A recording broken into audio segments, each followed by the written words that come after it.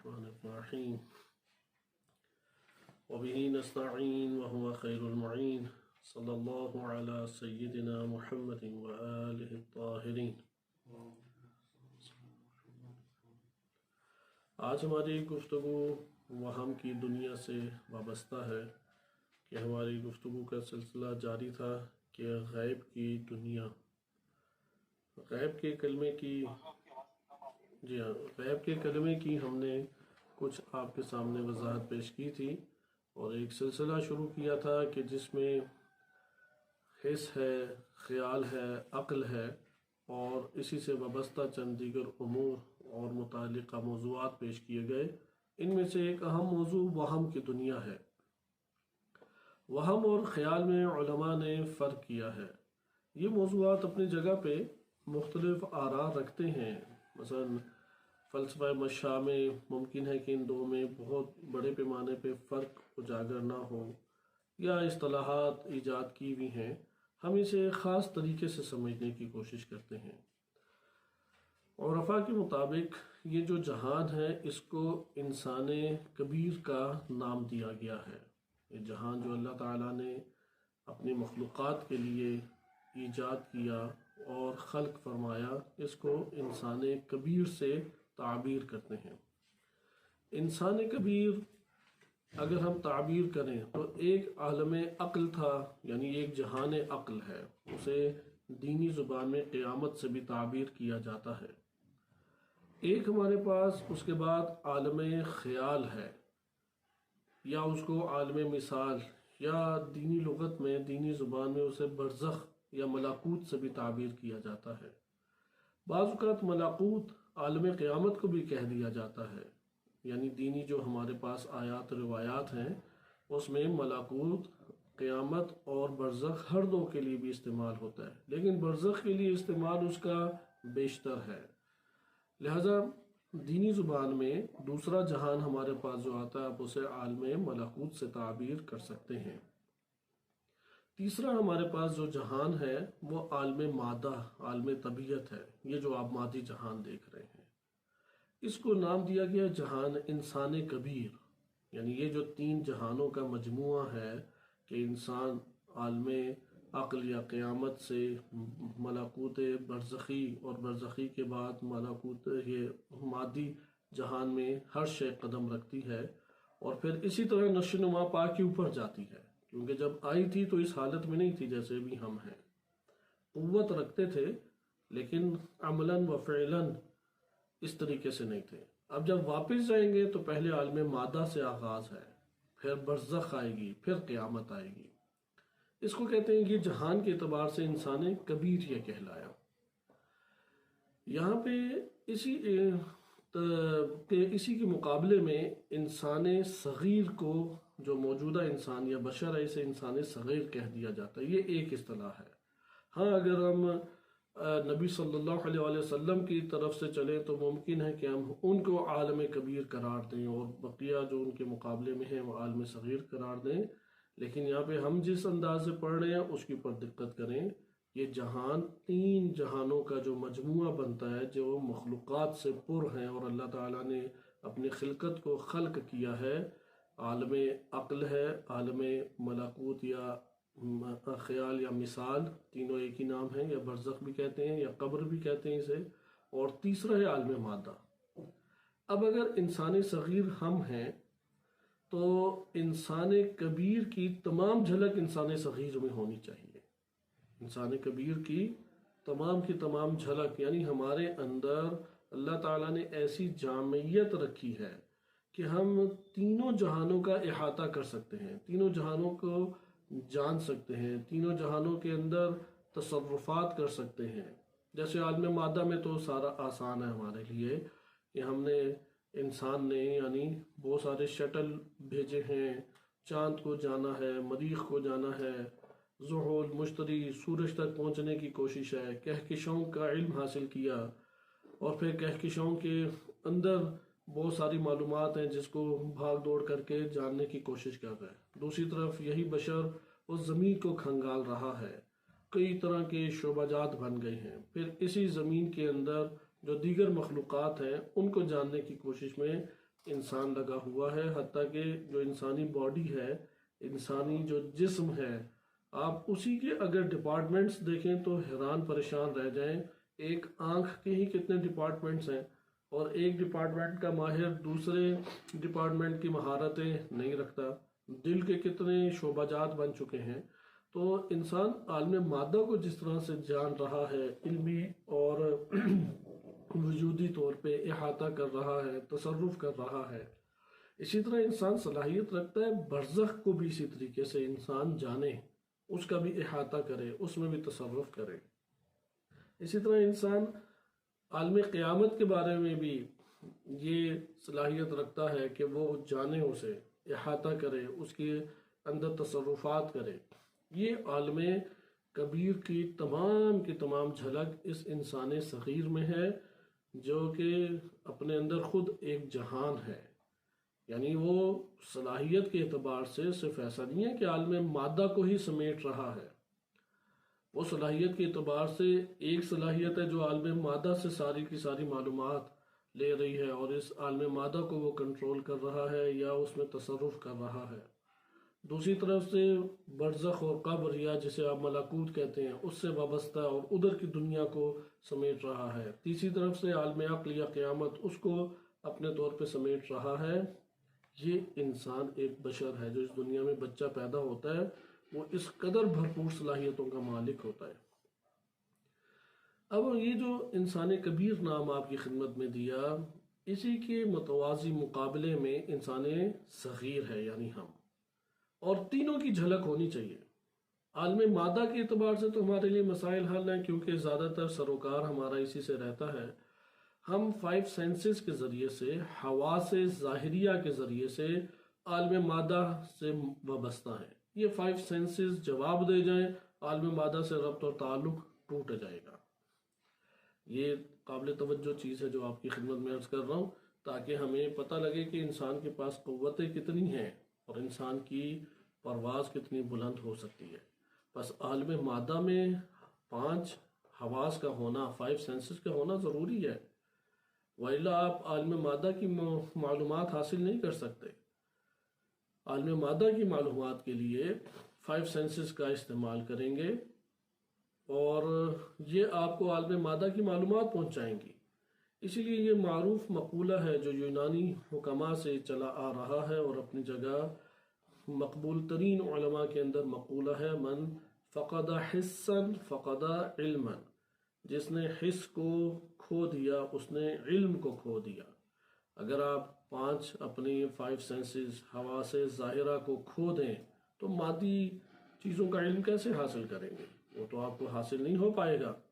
لہذا مادی امور کو حاصل کرنے کے لیے 5 سینسز کا استعمال کرتے ہیں۔ حس کی دنیا ہماری اس حوالے سے گزر چکی ہے۔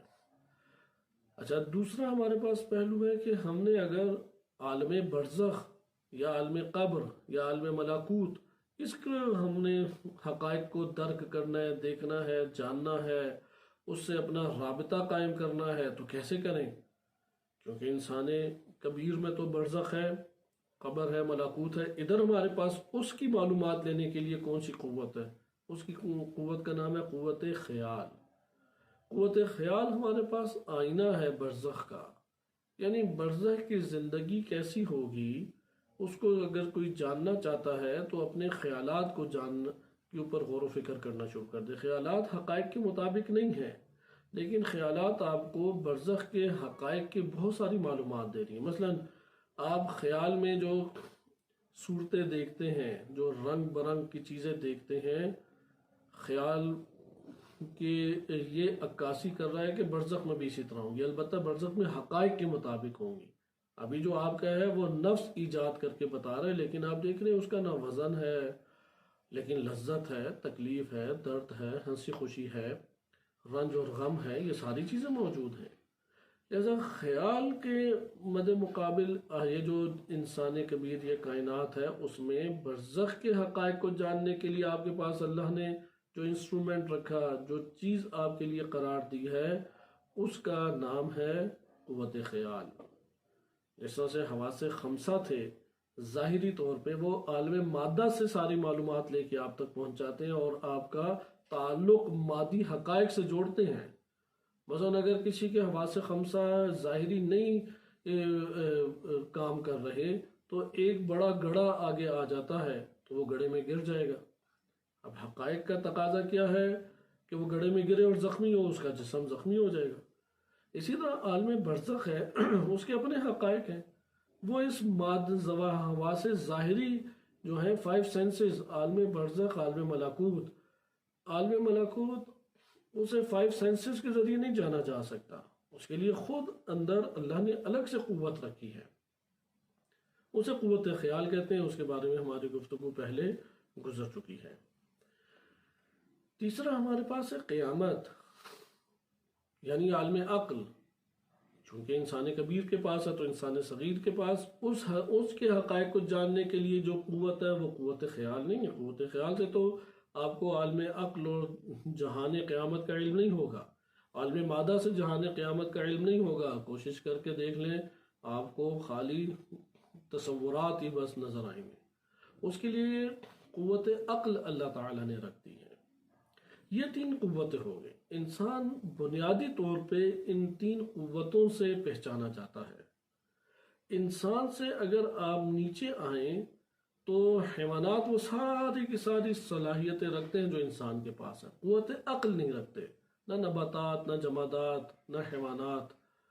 پتھروں کو نہیں علم کہ کیسے یہ کائنات چل رہی ہے، کیسے سورج نکل رہا ہے، سورج اور زمین کا آپس میں فاصلہ کیا ہے، کوئی شعوری علم نہیں ہے.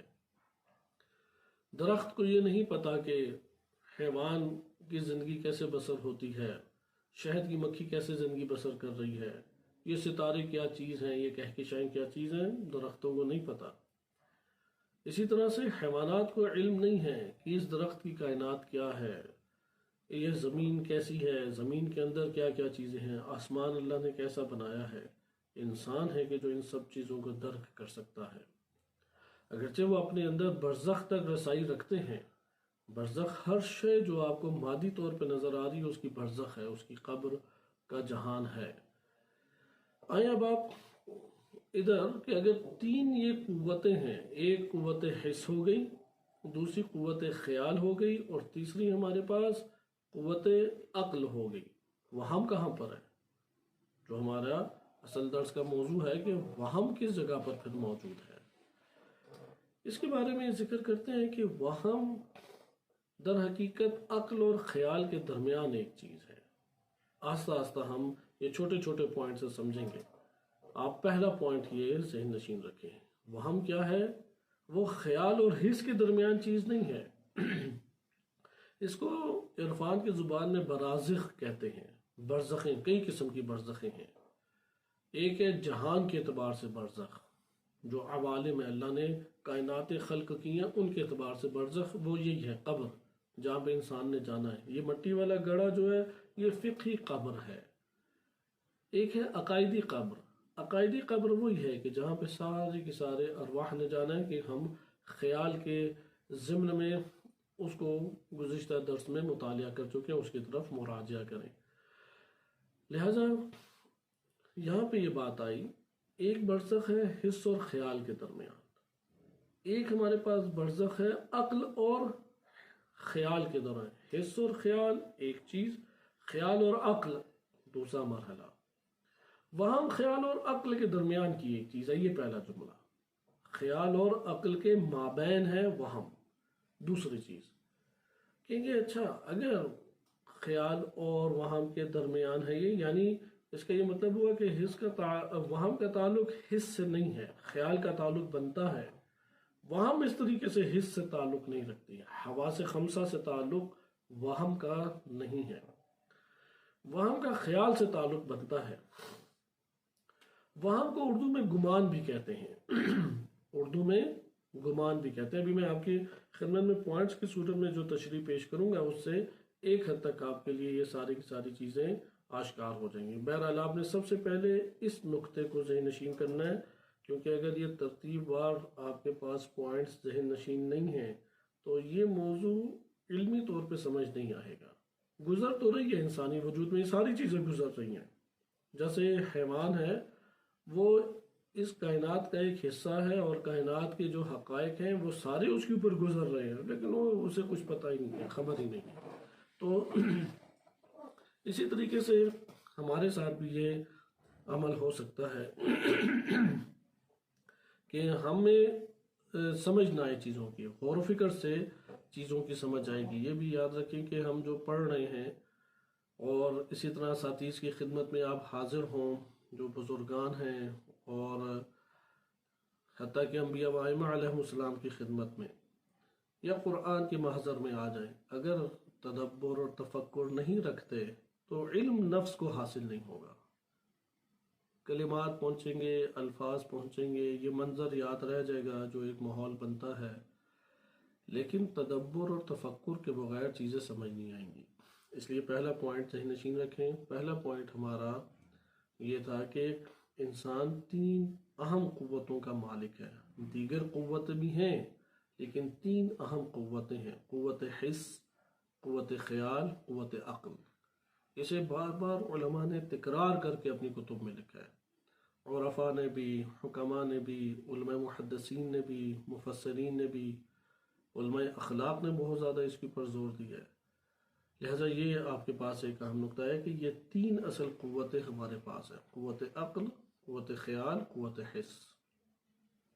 قوت عقل حیوان کے پاس نہیں ہے، لہذا جو قوت عقل کو استعمال نہیں کرتا وہ حیوانی زندگی بسر کر رہا ہے۔ یعنی یہ جو چرند پرند اور جو جانور مویشی ہیں، ان کی سطح کے اوپر زندگی بسر کر رہے ہیں، وہ اپنے ماحول میں رہ رہے ہیں، یہ بنام بشر اپنے ماحول میں رہ رہا ہے۔ بس یہی فرق ہوگا اور کوئی فرق اسے نہیں ہے، البتہ نقصان زیادہ ہے۔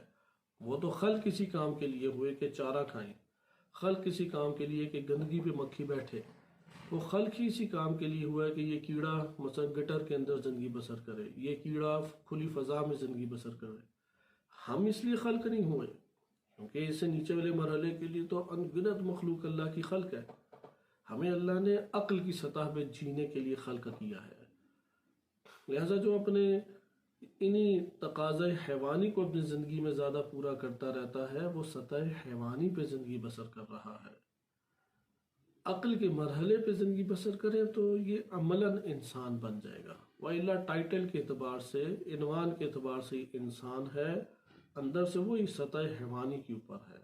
یعنی کہنے کو یہ یونیورسٹی کا اسٹوڈنٹ ہے لیکن گلیوں میں آوارہ گردی کرتا رہتا ہے، تو اسے ہم گلیوں کا آوارہ گردی کہیں گے، ٹائٹل اس کے اوپر اسٹوڈنٹ کا ہے۔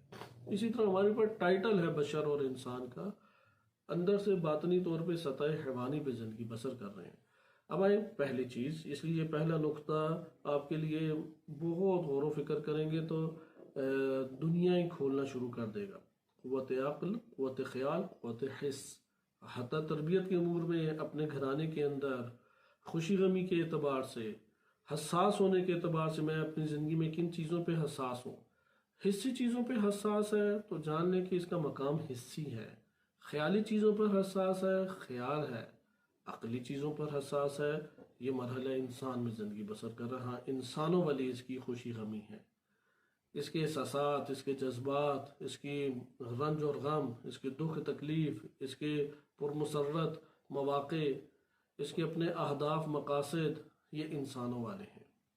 لہٰذا یہ پہلا نقطہ آپ کے ذہن نشین ہو گیا۔ دوسرا نقطہ کہ اب ہم ان 3 سے باہر نہیں جائیں گے تو وہم کہاں پر ہے؟ گمان، وہم، وہمیات، یہ کس جگہ پر وجود رکھتی ہیں؟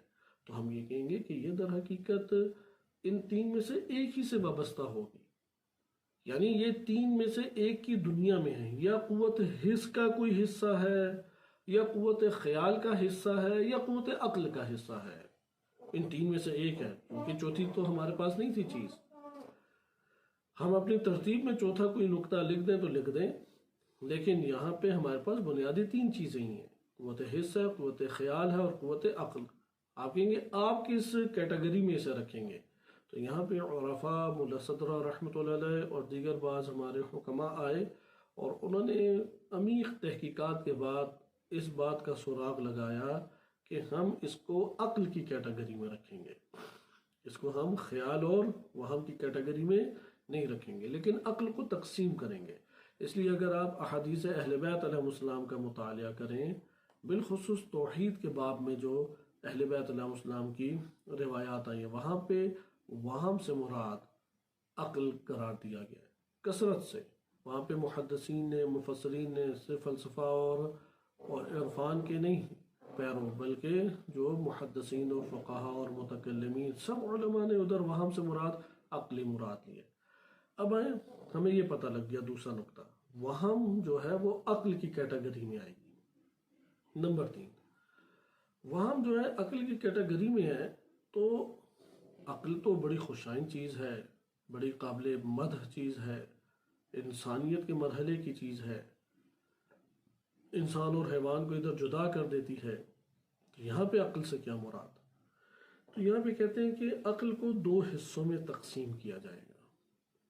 عقل کی جو قوت ہے، ایک دفعہ اس کا آپ آسان لفظوں میں کہہ لیں، کیونکہ ہمیں علمی گفتگو کرتے ہوئے نا بار بار تقسیم کر کے اصطلاحات، ٹرمز ایجاد کرنے پڑتی ہیں، تو وہ ایک بندے کے لیے بڑا پریشر بن جاتا ہے اور اس کے لیے پریشانی کا باعث بن جاتی ہے۔ اس لیے ہم ایک اور طرح سے اس کو میں بیان کروں آپ کی خدمت میں۔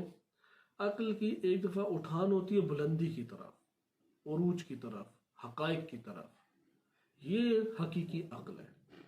قوت عقل انسان کی قوت عقل وہ بلندی کی طرف جا رہی ہے، وہ اٹھان جو ہے وہ خیر کی طرف ہے، اس کی اٹھان کمال کی طرف ہے۔ یہ حقیقی عقل ہے جسے میں اور آپ عقل کے نام سے جانتے ہیں۔ ایک دفعہ عقل کی جو رفتار ہے یا اس کا بڑھنا ہے، وہ نیچے کی طرف ہے، زوال کی طرف ہے، پستی کی طرف ہے۔ مثلا کیٹیگریز اسی طرح بنی ہوئی ہیں، جیسے آپ میرے ہاتھ کو دیکھیں، 1 2 3 بلڈنگ کی طرح ہے۔ پہلی بلڈنگ حس، دوسرا طبقہ خیال، تیسرا طبقہ عقل۔ یہ ملا صدر رحمۃ اللہ علیہ نے بالخصوص اس پہ زیادہ زور دیا کہ آپ اس کو برابری کی صورت میں نہ رکھیں، یہ حس، یہ خیال، یہ عقل، یہ تو سارے برابر ہیں، نہیں، برابر کی صورت میں نہیں ہے، بلڈنگ کی سطح کی صورت میں ہے۔ اب تیسری سطح پہ عقل تھی، اس کو اوپر جانا ہے، اوپر حقائق کی دنیا ہے، اور اپنے ہی اس دائرے میں اس نے بہت سارے حقائق جانے، اپنے ہی جہان، یعنی حس کا جہان جو ہے ایک الگ جہان ہے، خیال کا اپنا جہان ہے۔ حس کا جہان یہ عالم مادہ ہے جس میں میں اور آپ ہمارا جسم زندگی بسر کر رہا ہے، ہمارا جسم جس سے وابستہ ہے۔ ہمیں اس دنیا میں مادی جسم دیا گیا کیونکہ مادی جہان سے ہم ابھی نشوونما پا کے آگے جانا چاہ رہے ہیں۔ یہ والا جب جہان ہمارے لیے موت کا پیغام آنے کے بعد دروازہ بند ہو جائے گا، اگلے جہان میں چلے جائیں گے۔ اگلا جہان ہے عالم برزخ، عالم قبر بھی کہتے ہیں اسے۔ اس جہان کے بعد عالم عقل آتا ہے، اس لیے ہر جہان کے اپنے حقائق ہیں، اور ہم نے قوت حس سے عالم مادہ کے حقائق لینے ہیں، قوت خیال سے عالم برزخ کے حقائق لینے ہیں، قوت عقل سے عالم عقل کے حقائق لینے ہیں۔ ادھر عقل اگر عالم عقل کے حقائق لینا شروع کر دے، یعنی قوت عقل جو اللہ نے میرے نفس کو، آپ کے نفس کو دی ہوئی ہے، اس قوت کے ذریعے سے حقائق عالم عقل کو لینا شروع کر دیں، یہ اوپر کی طرف اٹھان ہے۔ لیکن وہ نیچے طبقے کی طرف چلا جائے، جا کے عقل نے خیال سے تعلق قائم کر لیا، اسے کہتے ہیں وہم۔ جب بھی عقل اپنے وظیفے کو انجام نہ دے اور وظیفے کی انجام دہی میں ساقط ہو جائے اور تنزلی کی طرف آ جائے، پستی کی طرف آ جائے، نیچے کی طرف سفر شروع کر دے، خیال کی طرف جانا شروع کر دے، خیال سے تعلق جوڑ لے، اسے کہتے ہیں وہم۔ لہذا وہم کے بارے میں ملا صدرہ رحمۃ اللہ علیہ کا یہ جملہ ہے، اور آیت اللہ علامہ حسن زادہ آملی رحمۃ اللہ علیہ اسے تکراراً ذکر کیا کرتے تھے کہ الوہم عقل ساقط، عقل ہے جو خاموش، اپنا کام نہیں کر رہی۔ اب ہم یہ تو آسان، میں نے آپ کی خدمت میں تیسرا نقطہ جو ذکر کیا اس میں، کہ پہلا نقطہ یہ ہو گیا کہ 3 قوتوں کا مجموعہ، دوسرا نقطہ ہمارے پاس ہو گیا کہ ان 3 قوتوں میں وہم کی جگہ عقل ہے، عقل کی کیٹیگری میں ہی آئے گی۔ تیسرا نقطہ یہ ہو گیا کہ عقل کا ایک دفعہ اٹھان اوپر کی طرف ہوتی ہے، یعنی وہ جہان عقل کے حقائق کو حاصل کر رہی ہے اور جہان عقل سے بھی آگے نکلنا چاہتی ہے، اور ایک دفعہ اس کی جو تنزلی ہے وہ نیچے کی طرف جانا شروع ہو جاتی ہے، عالم خیال سے، قوت خیال سے تعلق قائم کر لیتی ہے، یہاں پہ وہم کہلاتی ہے۔ یہ تین نکات جب ہو گئے ہمارے پاس، اس کو میں آپ کی خدمت میں اب ایک اور طرح سے ذکر کرتا ہوں تاکہ آپ وہم کی حقیقت کو جانیں اور چند مثالیں دے کے انسان کی زندگی میں جو ہیں اس کو جان کر ہم انشاءاللہ آج کی گفتگو کو ختم کرتے ہیں۔ عقل اگر اوپر کی طرف جائے، اٹھان اس کی بالا ہو، جہان عقل کے حقائق کو جان رہی ہو، تو اس ٹائم عقل کے پاس فقط معنی ہوگا۔ یا میں اس کو ایک اور طرح سے بیان کروں کیونکہ کلمہ معنی آ گیا ہے۔ آپ اس دنیا کے اندر جو چیز بھی دیکھتے ہیں وہ دو خصوصیات تو ضرور رکھتی ہے، ایک اس کی صورت ہے یعنی شکل ہے، اور ایک اس کا مادہ ہے، مٹیریل ہے، اس کا صورت اور مادہ، اور اسی مادے کے اوپر شکل ڈھلی ہوتی ہے اور اسی پہ رنگ برنگ دیگر چیزیں ہوتی ہیں۔ یہ تو ہو گیا عالم مادہ۔ بہت توجہ کریں اس عالم مادہ پہ، یہاں پہ معنی نہیں ہے، ادھر در حقیقت مادہ اور صورتیں ہیں۔ ایک فلسفی اصطلاح بھی مادہ اور صورہ کی ہے، فی الحال آپ اس کو اپنی ہی زبان کے دائرے میں رکھیں تو یہاں پہ بھی ہمیں مطلب سمجھ آ جائے گا۔ عالم مادہ میں آپ جسم کو دیکھیں، اجسام کی دنیا، اجسام مادی کی دنیا یہ عالم مادہ فقط ہر چیز جسم مادی ہے۔ اس جسم مادی کے ماورا برزخی جسم ہے، اس کے ماورا پھر قیامت یا عقلی ہمارے پاس حقائق ہیں۔ لہٰذا یہ آپ مادی اجسام اس دنیا میں جان سکتے ہیں، اس لیے جو چیزیں مادی جسم رکھتی نہیں ہیں وہ انسان کو نظر بھی نہیں آتی۔ جیسے روح، وہ مادی جسم نہیں رکھتی، اگر کسی کو مادی روح نظر آ رہی ہو تو وہ سمجھ لیں کہ یہ اس کا وہم ہے، کوئی حقیقت نہیں۔ مادی اسی طریقے سے اللہ تعالیٰ مادی جسم نہیں ہے، اللہ تعالیٰ ان آنکھوں، کانوں، جسم لمس کر کے نظر نہیں آ سکتا، مادی جسم نہیں ہے۔ ہر وہ چیز جو فرشتہ مادی جسم نہیں ہے، اس لیے مادی اس کا جسم آپ کو نظر نہیں آئے گا۔ یہاں پہ یہ بات ہمارے لیے ہوئی کہ مادی جسم جو ہے وہ مادہ اور صورہ ہر دو کو رکھتا ہے، اس لیے اس کا ویٹ ہے، اس کی مقدار ہے، اس کا ماس ہے، اس کا حجم ہے۔ اچھا، یہ تو مادی جہان کی خصوصیات ہوگی۔ برزخی جہان میں آ جائیں، برزخی جہان میں مادہ نہیں ہے لیکن صورت ہے، اس لیے آپ جو بھی خوابوں میں اور خیالوں میں سوچتے ہیں یا دیکھتے ہیں، آپ دیکھیں گے کہ اس کا وزن نہیں ہے۔ اچھا، اس میں رنگ برنگ کی چیزیں ہیں، صورت ہے، مقدار اس میں موجود ہے، یہ برزخ ہے۔ تیسرا وہ عالم ہے کہ جہاں پہ نہ مادہ ہے نہ صورت ہے، فقط معنی ہے، فقط معنی کے علاوہ کچھ اور نہیں ہے۔ لہذا یہ تینوں ہی علم کہلاتے ہیں، تینوں ہی علم۔ ایک علم مادی ہو جائے گا یا علم حسی، یہ مادی اجسام کا علم حسی ہے۔ ایک علم آپ کے پاس ہو جائے گا علم خیالی، ایک علم ہو جائے گا علم عقلی۔ علم عقلی میں فقط معنی ہے، نہ کوئی شکل بنتی ہے، نہ اس کا کوئی وزن ہوتا ہے۔ اس کی بہت ساری ہمارے پاس مثالیں ہیں۔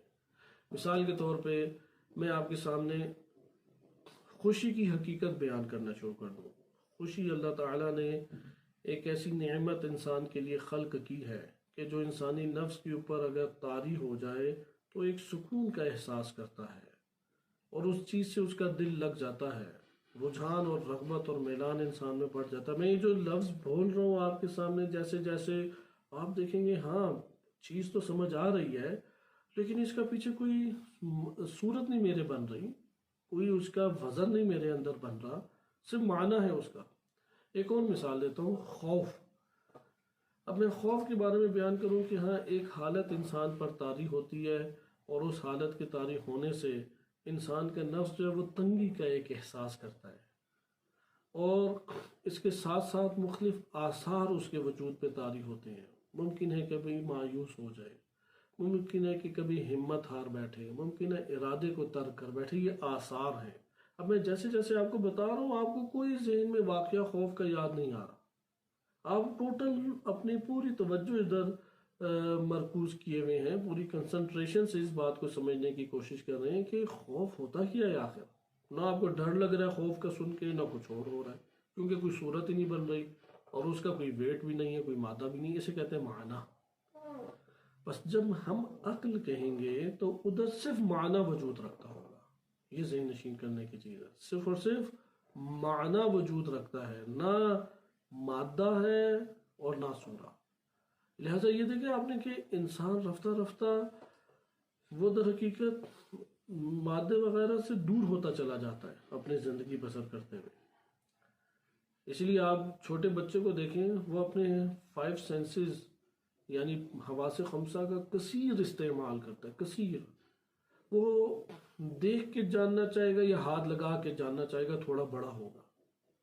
لیکن آپ دیکھیں گے کہ جب ایک انسان یونیورسٹی میں آ جاتا ہے، کالج میں آ جاتا ہے، یا 16-17 سال کا ہو جاتا ہے، وہ سن کے چیزیں حاصل کرنا شروع کر دیتا ہے، کیونکہ سن کے چیزوں کو حاصل کرنا سب سے زیادہ غیر مادی دنیا سے دور ہونے کی علامت ہے۔ 5 سینسز میں سب سے قریب اسے کہتے ہیں مجرد دنیا، خالی از مادہ دنیا سے قریب سن کے ہونا شروع کر دیتا ہے، اور پھر اپنی پوری زندگی میں سن کے اس کے لیے چیزوں کو حاصل کرنا بقیہ حواس کی نسبت آسان اسے محسوس ہوتا ہے اور کثیر گھیر لیتا ہے۔ جیسے ابھی آپ یہ پورا درس سن رہے ہیں، اگر یہ مجھے دکھانا پڑ جاتا، بنانا ہاتھوں سے پڑ جاتا یا لمس کروانا پڑ جاتا، ہمارے لیے اصلاً اس کی گنجائش ہی موجود نہیں تھی۔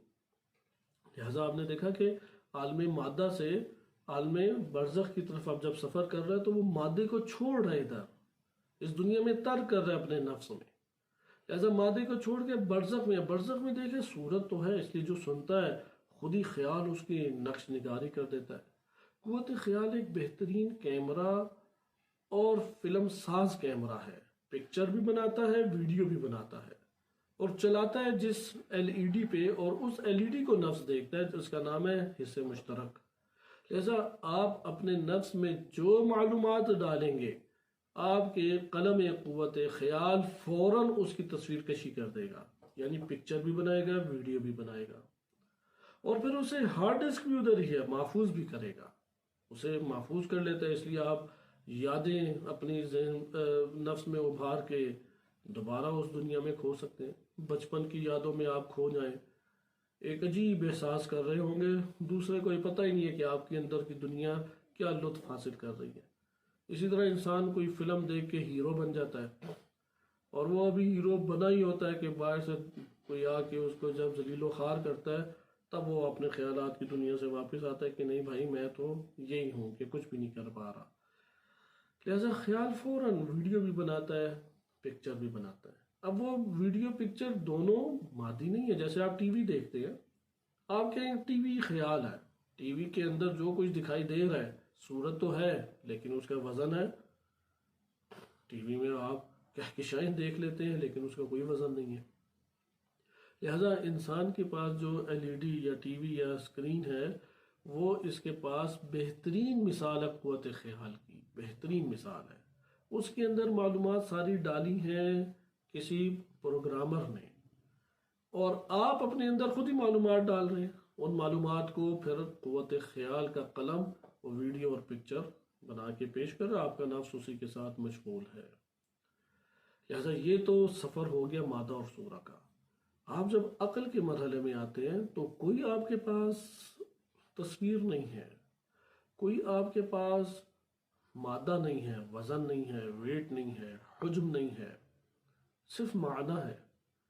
اب عقل کی یہ خصوصیت وہم کے پاس بھی ہے، یہ قابل توجہ چیز ہے، وہم کے پاس بھی ہے یہی، لیکن معنی 2 حصوں میں تقسیم ہو جاتا ہے۔ اگر عقل اوپر کی طرف پرواز کرے تو معنی اس کا جامع ہوتا ہے، وسیع ہوتا ہے، اس دنیا میں کئی چیزوں کے اوپر آپ اسے اپلائی کر سکتے ہیں اس معنی کو۔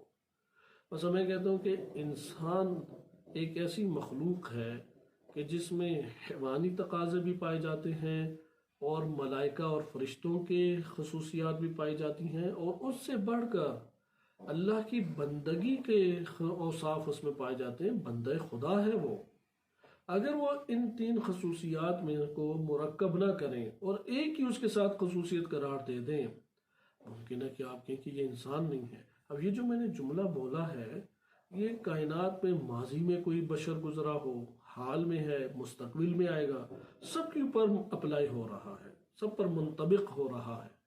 یہ ہے جامعیت۔ آپ نے کسی ایک کو تشخیص نہیں دیا ابھی۔ یہ جو میں نے آپ کو یہ سامنے انسان کی ڈیفینیشن بیان کی ہے، اس میں آپ نے ملاحظہ کیا کہ انسان کی جب میں نے ڈیفینیشن بیان کی، ہم نے کہا کہ ہاں انسان ایک طرف حیوانی تقاضے رکھتا ہے، دوسری طرف فرشتوں کے تقاضے بھی اس کے اندر موجود ہیں، یعنی عقل کے مرحلے کے اوپر ہے، اور تیسرا بھی اس کے پاس موجود ہے، اور وہ پہلو ہے عبد الہی ہے، اختیار اور ارادے سے اللہ کی بندگی کرتا ہے۔ انسان کے علاوہ کائنات کی ہر خلقت وہ جبر اور اکراہن و جبرن مجبوری کے تحت عبادت کر رہی ہیں۔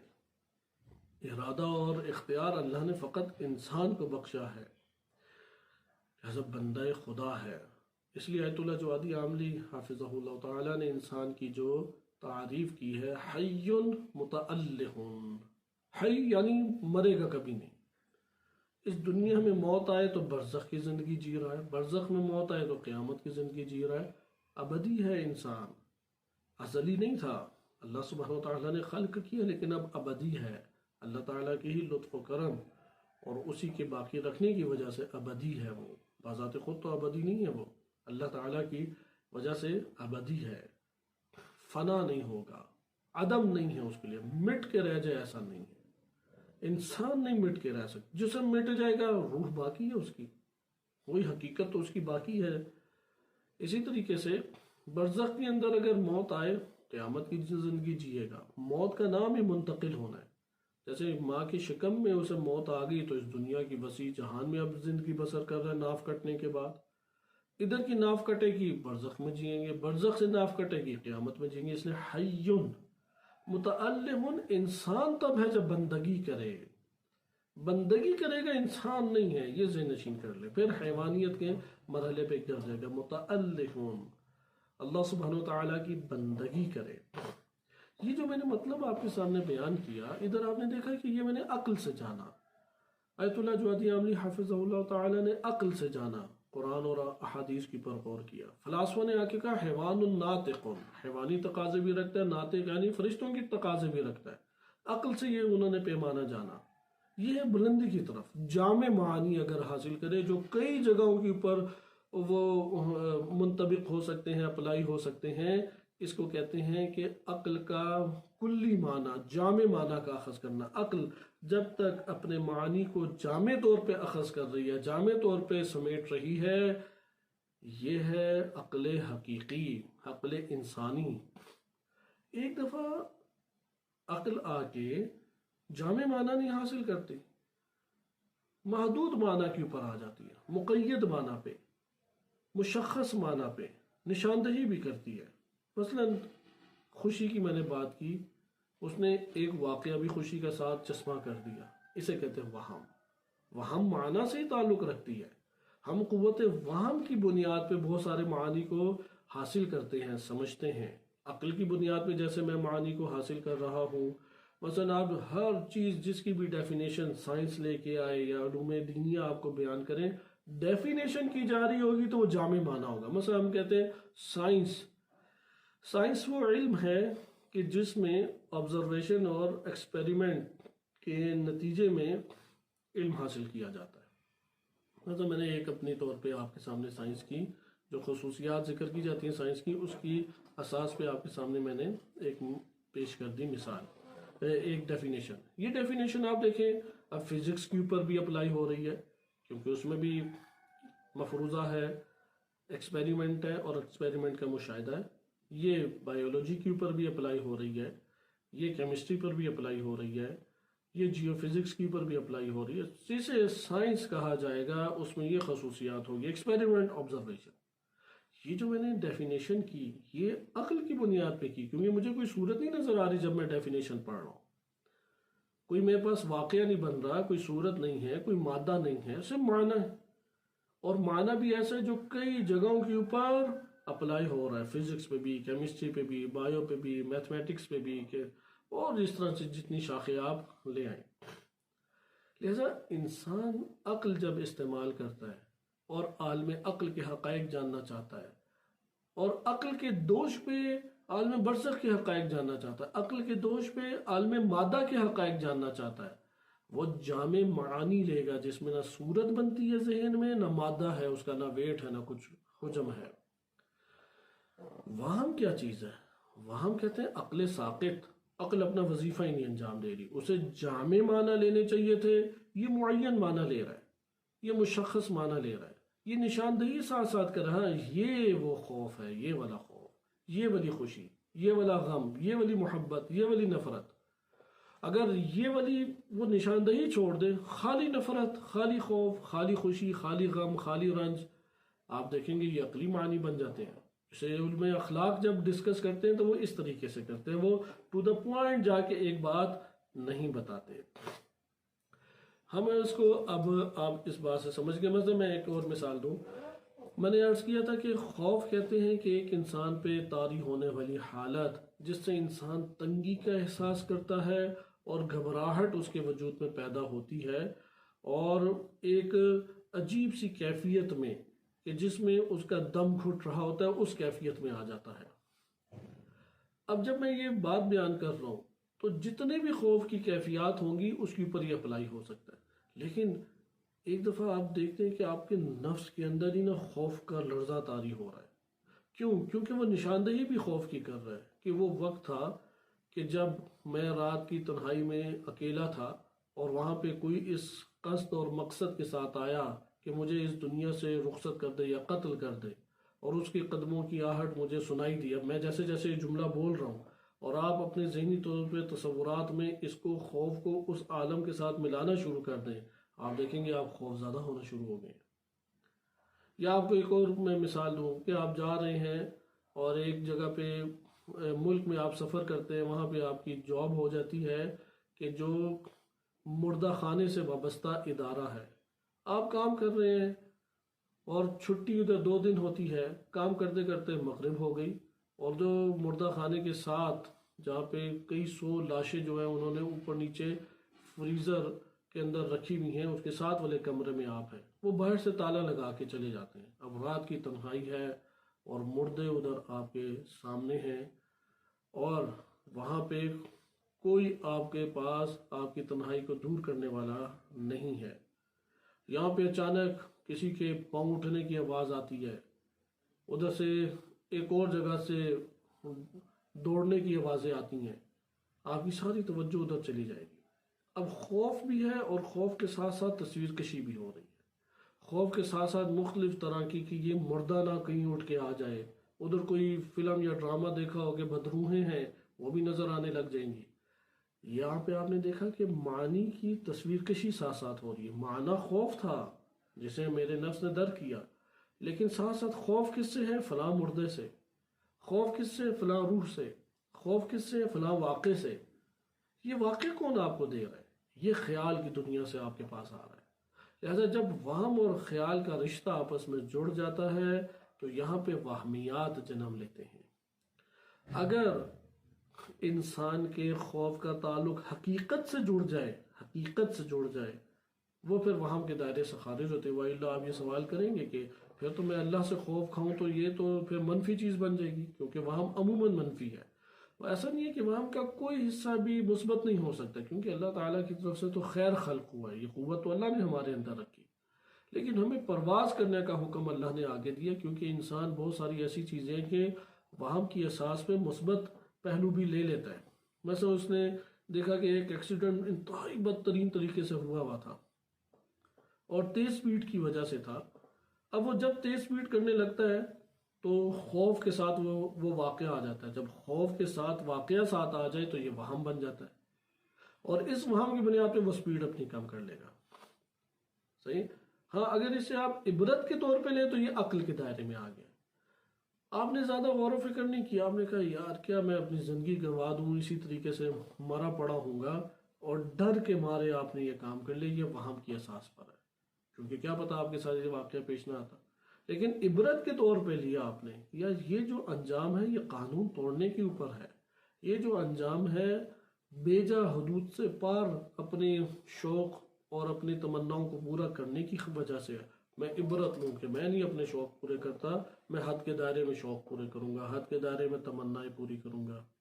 یہ عبرت آپ کو لے جائے گی مثبت طرف، یہ آپ کو لے جائے گا دوسری طرف، کیونکہ وہم کا خیال سے جب تعلق بنتا ہے تو خیال کی دنیا اس خوف کی ایسی ظالم تصویر کشی کرتی ہے کہ انسانی نفس جب تک اس تصویر کشی کو دیکھتا رہتا ہے اس کی عقل معاف ہوتی چلی جاتی ہے. اس لیے جب وہم ایکٹیو ہو جائے اور خیال سے رشتہ داری جوڑ کے فعالیت و تحرک انجام دینا شروع کر دے اور ایکٹیو ہو کے مختلف طرح کے واقعات، ویڈیوز، تصویریں بھیجنا شروع کر دے، اس بندے کی عقل معاف ہوتی چلی جاتی ہے، عقل کام ہی نہیں کرتی. لہذا اگر کسی کی عقل پہ وہم غالب آ جائے، یہ جملات عرفاء کے ہیں اور علماء اخلاق کے ہیں، اگر کسی کے عقل کے اوپر وہم غالب آ جائے، یہ خوش آئند ہے کہ وہ معنی کی دنیا تک پہنچ گیا. مادی دنیا سے تو اس نے جان چھڑائی. سائنس انسان کو مادی دنیا کے دائرے میں رکھتی ہے، برزخ تک بھی نہیں جانے دیتی. اس لیے سائنس اس پہلو سے بہت نقصان دہ چیز ہے، ملحد بنا دے گی. وہ برزخ کی دنیا کی طرف بھی نہیں آپ کو جانے دے گی. لیکن اس طرف سے بڑی خوش آئند ہے سائنس کہ مادی دنیا کے جو معلومات ہیں وہ معلومات آپ کے حوالے کر رہی ہے. یہ بڑی خوش آئند چیز ہے. اس پہلو سے سائنس قابل مدح و ستائش ہے. لہذا اس کے پہلو کو آپ نے خود نفع بخش بنانا ہے. پھر عالم خیال میں آپ آئیں. لہذا ایک انسان عالم مادہ سے نکل جاتا ہے، عالم خیال میں زندگی بسر کرتا ہے، عالم خیال سے نکل کے عالم عقل میں زندگی بسر کرتا ہے، یعنی معنی کی دنیا میں زندگی بسر کرتا ہے. یہ کمال ہے. لیکن اگر اس نے معنی کا تعلق خیال سے جوڑ دیا تو یہ تنزلی ہو گئی. بقیہ مراحل طے کر لیے، یہ خوبی ہے، لیکن یہاں پہ یہ گرفت میں آ گیا. لہذا علم اخلاق و عرفاء یہ بات ذکر کرتے ہیں اگر کسی کے عقل کے اوپر غلبہ وہم ہو جائے، وہم کے جو قوت ہے وہ غلبہ پا لے، یہ شخص حیوانی زندگی بسر کرتا ہے. کیونکہ حیوان بھی معنی تک پہنچتا ہے، لیکن وہ عقلی معنی تک، وہ جو عقل رسائی حاصل کر رہی ہے جامع اور کلی اور وسیع معنی لینے پر، جس سے ساری سائنسی اس دنیا میں ایجادات اس ٹائم ہو رہی ہیں، جس سے ساری علوم دینیاں پھیلتے چلے جا رہے ہیں، وہ اس سطح پہ نہیں پہنچتا تو وہ حیوان ہے. کیونکہ حیوان یہ کام کبھی نہیں کر سکتا. حیوان فارمولے ایجاد نہیں کر سکتا، حیوان کبھی بھی ضابطے ایجاد نہیں کر سکتا. حیوان وہم کی دائرے میں آتا ہے. حیوان زیادہ زندگی خیالی اور وہمی زندگی بسر کرتا ہے. اس لیے آپ گائے کو دیکھیں، اس کا بچہ مر جائے دودھ دینا چھوڑ دیتی ہے. آپ اس کے وہم کو ایجاد کرنے کے لیے کوئی بھی خاکہ بنا دیں، کاغذ سے بنائیں، لکڑی سے بنائیں، بھوسے سے بنائیں، وہم اسے ہو جائے کہ ہاں میرا بچہ تو میری آنکھوں کے سامنے ہی کھا پی رہا ہے، پھر اسی طرح نارمل زندگی بسر کرنا شروع کر دے گی. لہذا آئیں آپ یہاں پہ آپ اپنی زندگی کے اثرات دیکھیں وہم کے کتنے شدید ہیں. خیال جو ہے وہ جذبات اور ان معانی سے گہرا تعلق نہیں رکھتا. وہم کے ذریعے سے ہم در حقیقت ان جذبات اور وہم معانی کو سمجھتے ہیں. مثلا محبت کسے کہتے ہیں، خیال کو کچھ نہیں پتا. ہم جس قوت کے ذریعے سے محبت کو جانتے ہیں، دیکھیں ایک دفعہ محبت کرنا، جیسے اللہ تعالیٰ سے محبت کرنا، احساس کر رہے ہیں امام حسین علیہ السلام سے محبت کا، والہانہ انداز میں بڑھ رہے ہیں. یہ کیفیات ان چیزوں سے دور ہیں، کیونکہ ان قوتوں سے فقط ہم نے علم حاصل کرنا ہے. وہ تو نفس ایک اور جہان محبت میں پہنچا ہوا ہے. نفس نفرت کی آگ میں جل رہا ہے. نفس دشمنی کے ایک گہرے اور زہریلے سمندر میں اترا ہوا ہے. یہ ایک الگ کیفیات ہے. کیفیات کو بھی آپ دور رکھیں، جاننے کی طرف آئیں. ہم جانتے کن چیزوں سے ہیں. مثلا مادی جہان کو جانتے ہیں حس کے ذریعے سے، برزخی جہان کی معلومات ملیں گی خیال کے ذریعے سے، اور عقل کے ذریعے سے عالم عقل کی. نمبر 2، عقل جو ہے وہ عالم مادہ کی معلومات اپنی سطح کے مطابق لے جا سکتا ہے. عقل کو اللہ نے بڑی قوت دی ہے. وہ مادی جہان کے مطالب اور مادی جہان کی معلومات ہیں، لیکن انہیں عقلی بنا دیتا ہے. جیسے میتھمیٹکس میں یہی ہے، جتنے فارمولے فزکس اور کیمسٹری کے وہ یہی ہے. تھیں ادھر کی معلومات، لیکن عقل نے اپنے درجے تک اسے پہنچا دیا اور معنی بنا دیا. اب وہ ہر جگہ پہ اپلائی ہونے کے قابل ہے. اسی طرح خیالی معلومات تھیں، اس نے اپنی عقل کے درجے تک پہنچا دیا. عقل بھی اسی طریقے سے ہے کہ قوت عقل عالم عقل سے پھر مطالب لیتی ہے. لہذا وہم کی ایک مثال میں آپ کی خدمت میں ذکر کر کے گفتگو کو تمام کرتا ہوں، تاکہ ہمیں معلوم ہو کہ اگر کوئی خیالی اور وہمی زندگی زیادہ بسر کر رہا ہے اس کے لیے اس لیے اذیت اور تکلیف ہے کیونکہ حیوانی سطح پہ زندگی بسر کر رہا ہے۔ مسرت، خوشی، سکون، اطمینان وہ انسان بننے میں ہے، وہ انسان ہی نہیں اندر سے بن رہا تو کیسے مطمئن ہو، کیسے پرسکون ہو، کیسے رنج اور غم سے چھٹکارا حاصل کرے۔ لہذا جہاں پہ عقل استعمال کرتا ہے، مثلا پتہ ہے کہ یہ ٹیکہ مجھے لگنا ہے اور میری بیماری کے لیے ضروری ہے، اب تکلیف اور رنج ہے ادھر، لیکن نفس کو نہیں ہے۔ نفس کہے گا کہ یہاں پہ مجھ کو اطمینان ہے، سکون ہے، جسم کو درد ہے برداشت کروں گا میں۔ عقل اس طرح سے فیصلہ کرتی ہے۔ دنیا کے امور کے اوپر نگاہ ڈالے گا، کہے گا یہ دنیا تو کچھ مدت کے لیے ہے، جیسے ایک بس سٹاپ کے اوپر تھوڑی دیر کھڑے ہوئے اور اس کے بعد اگلی جگہ منتقل ہو گئے۔ ہمارا سفر تو آگے کا سفر تھا اور اس سفر میں ہم نے برزخ اور قیامت تک پہنچنا تھا۔ یہ تو بس سٹاپ ہے مادی دنیا، چاہے نہ چاہے اس نے تو ختم ہونا ہی ہے۔ ہم سوچیں موت کا یا نہ سوچیں، ہم موت آخرت کے لیے کام کریں یا نہ کریں، یہ بس سٹاپ ہے، بس آنی ہے، چلے جانا ہے، زبردستی چلے جانا ہے۔ عقل آ کے جب یہ کہے گی ادھر کی تکلیف اور رنجوں پہ صبر کرنا شروع کر دے گا، جیسے وہ ٹیکے کے اوپر صبر کرتا ہے، صبر کرنا شروع کر دے گا۔ لہذا وہ چین باچین نہیں ہوگا۔ مصیبت کو بھی دیکھے گا کمال کا ذریعہ بن رہا ہے میرے، خوش ہو جائے گا۔ خوشی کو دیکھے گا کہ مجھے بگاڑنے کی طرف لے جا رہا ہے، یہ نعمت، یہ امیر پن، یہ غنی، ثروت مند، یہ مال و دولت مجھے اللہ کی بندگی سے دور کر رہا ہے، سمیٹے گا اپنے آپ کو۔ مال ہوتے ہوئے بھی عیاشی نہیں کرے گا، حرام میں استعمال نہیں کرے گا۔ لہٰذا ہم نے دیکھا کہ عقل آ کے اس مادی جہان میں بھی انسان کی زندگی کو منظم کرتی ہے، برزخی جہان پہ بھی اثر انداز ہوتی ہے۔ عقل کی حکومت انسان پہ ہونی چاہیے، بس عقل وہاں پہ غالب ہو انسان ہے، وہاں اور خیال غالب آ جائے، یہ حیوانی زندگی بسر کر رہا ہے۔ انسان کو آپ حیوان کی زندگی پہ لے آئے، وہ رنجیدہ ہے، وہ اس مضطرب ہے، بے شک کہے لگائے، لیکن خواب آور دوائیاں کھا کے سوئے گا۔ بے شک لوگوں کے سامنے بڑا فریش ایکٹیو نظر آئے، اندر سے پریشان ہے، بے سکون ہے، مطمئن نہیں ہے۔ اس کے برعکس ممکن ہے کہ کوئی جھونپڑی میں رہ رہا ہے، مطمئن ہے، مچھر اور مکھی نے برا حال کیا ہوا ہے، لیکن اندر سے حالت اطمینان اور سکون میں ہے۔ روزے رکھ کے سکون حاصل کرتے ہیں، اور رمضان المبارک میں روزے توڑ کے انتہائی مضطرب اور بے چین رہتے ہیں۔ اس سے آپ اندازہ لگا لیں کہ انسان کیونکہ روزہ رکھنا ہے انسانوں والے انسانیت کے دائرے میں لے آیا، اب وہاں پہ اس نے حلال چیز سے بھی روزہ توڑا ہے، تو چونکہ اللہ کی بندگی نہیں کی، یہاں پہ تکلیف میں مضطرب ہے، کیونکہ حیوانی درجے کے اوپر اس نے قدم رکھ دیا۔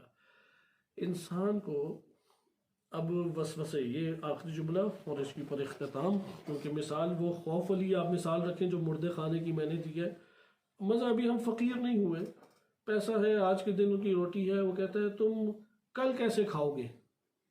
وہ سوچنے لگتا ہے میں کیسے کل کھاؤں گا، پھر وہ اگلا آ کے کہتا ہے بھوکے جب مر رہے ہوگے، نہ روٹی ہوگی نہ پانی ہوگا، اور سامنے لوگوں کے سب بھیک مانگنے پڑے گی، تب تمہیں پتہ لگے گا۔ اب یہ جب منظر کشی کی تو فقر کا خوف بھی بٹھا دیا، ادھر سے خوف، ادھر سے تصویر کشی کہ یار میں بھیک مانگ رہا ہوں، وہ بھی نفرت سے دیکھ رہا ہے، اس کے پاس جا رہا ہوں، دنیا میں سب سے مشکل کام مجھے مانگنا پڑتا تھا، کیسے میں بتاؤں کہ میں تو 2 وقت کی روٹی بھی نہیں کھا سکا، چل چل کے پیدل تھک گیا ہوں، کوئی سواری یا کرائے کا بندوبست بھی نہیں ہے۔ اب یہاں پہ وہ جو تصویر کشی کی ہے یہ وہم بن گیا۔ اگر یہ نہ خوف ہوتا، اسی طرح خوشی ہے، بعض اوقات ایک آ کے کہتا ہے کہ آپ کے لیے فلاں بندوبست ہو گیا، اتنا خوش ہوتا ہے جس کی کوئی حد نہیں، پتہ لگتا ہے کہ اس کے برعکس بھی بعد میں ہو گیا۔ وہ پہلے کیوں خوش ہوئے تھے؟ کیونکہ خوشی کا تعلق واقع سے، اب وہ خواب دیکھ رہے ہیں میں ادھر جاؤں گا، فلاں سے ملوں گا، یہ کروں گا، فلاں کھانے کھاؤں گا، اس طرح سے پھروں گا، یہ چیز خرید لوں گا، واقعات جوڑ دیے تو اندر نفس خوش پہ خوش ہوا جا رہا ہے۔ یہ وہم ہے، وہمی خوشی، وہمی خوف، وہمی رنج، جس نے انسانوں کو تباہ کیا ہوا ہے۔ ہم یہ جملہ بڑا سنتے ہیں، شیطان وسوسے ڈالتا ہے، شیطان فلاں کرتا ہے، شیطان فلاں کرتا ہے۔ اگر ہمارے نفس کے اندر شیطان سے چسپا کرنے والی کوئی چیز نہ ہوتی، شیطان ہم سے تعلق قائم نہیں کر سکتا تھا۔ ہر چیز جو دوسری سے جڑتی ہے تب بھی جڑ سکتی ہے کہ دونوں کے اندر آپس میں جڑنے کے لیے کوئی ایک سبب موجود ہو۔ ادھر سوال پیدا ہوگا، شیطان ہمارے اندر جو رسائی حاصل کرتا ہے، شیطان ہمارے اندر جو وسوسے ڈالتا ہے، شیطان ہمارے اوپر جو مسلط ہوتا ہے، وہ کون سی چیز ہے کہ جس کو وہ استعمال کرتا ہے، جو شیطان سے تعلق آ کے قائم کر سکتی ہے، شیطان اس کے ذریعے سے آ کے سارے امور انجام دے سکتا ہے؟ آیا حس؟ کہتے نہیں، حس بیچاری کی کہ کیا قصور، اسے تو نفس نے چلانا ہے، نفس جیسا چلائے گا ویسا وہ چلے گی۔ خیال، خیال کا تو اس سے تعلق نہیں ہے، خیال تو تصویر کشی کرتی ہے، معلومات اچھی ڈال دیں۔ آپ امام زمان علیہ السلام کے لشکر کے سربراہ ہیں اور آگے بڑھے جا رہے ہیں اور شہید ہوتے ہیں امام کی راہ میں، یہ معلومات ڈال دیں تو خیال وہی منظر کشی آپ کے پیش کر دے گی۔ خیال کے لیے اس میں کیا ہے؟ عقل، اگر عقل کو مثبت طور پہ رہیں تو کوئی ایسی مسئلہ مشکل ہی نہیں ہے۔ وہم واحد چیز ہے جس سے آ کے شیطان تعلق قائم کرتا ہے۔ شیطان اگر بھڑکاتا ہے انسانی وجود میں کوئی چیز تو وہمی بھڑکاتا ہے، وہمی، اسے کہتے ہیں وسوسہ۔ اگر وہم ایکٹیو ہو جائے، اس کا نام دینی دنیا میں وسوسہ ہے، وسوسے ابھارتا ہے، وہ صرف یہی کام کر سکتا ہے، وہ وہم کو چھیڑ کے غالب کرنے کی کوشش کرے گا، اس کو خیالات کے ساتھ واقعات دے گا اور ادھر سے خوف یا خوشی یا غمی یا شہوت یا اس طرح سے دیگر چیزیں ابھار کے واقعات سے رب دینا شروع کر دے گا۔ وہ پھر عقل کو معاف، جتنی وہم ایکٹیو ہوگی عقل معاف ہوتا چلا جاتا ہے۔ حتیٰ کہ بعض علماء نے اتنا مبالغہ کیا، انہوں نے کہا قوت وہم ہے ہی شیطان، اس کی پھر نفی کی علماء نے آ کے نہیں، قوت وہم اور ابلیس الگ ہے، اگرچہ ابلیس بھی اسی کا شکار ہوا، ابلیس بنا ہی اس قوت وہمی کے غلبے کی وجہ سے ہے، اب ٹرانسفر بھی سب کو کر رہی ہے، اسی نے اپنے چیلے بنائے ہوئے ہیں۔ بعض چیلے ہمارے ارد گرد ہی ہوتے ہیں، آ کے ہمیں ڈرا رہے ہوتے ہیں، نو تم فقیر ہو جاؤ گے، یہ ہو جاؤ گے، فلاں ہو جاؤ گے، آپ اس کا منہ بند کرائیں کہ تم رازق ہو یا اللہ رازق ہے، میں رازق ہوں یا اللہ رازق ہے، وہ کہے گا تم مر جاؤ گے، یہ ہوگے، فلاں ہوگے، تو اسے کہ تم نے زندہ رکھا ہے یا اللہ نے زندہ رکھا ہے۔ اس لیے انسان ہوگا توکل کرے گا، انسان ہوگا صبر کرے گا۔ یہ ہمارے پاس آخری نقطہ تھا جو آپ نے پڑھا وہم کے اعتبار سے، کہ وہم ام الفساد انسان کے لیے بن جاتا ہے، زندگی اجیرن کر کے رکھ دیتا ہے، شیطانوں کے طریقوں کے اوپر چلانے لگ جاتا ہے۔ وہم کا علاج انسان کو کرنا چاہیے۔ وصلی اللہ علی سیدنا محمد وآلہ الطاہرین۔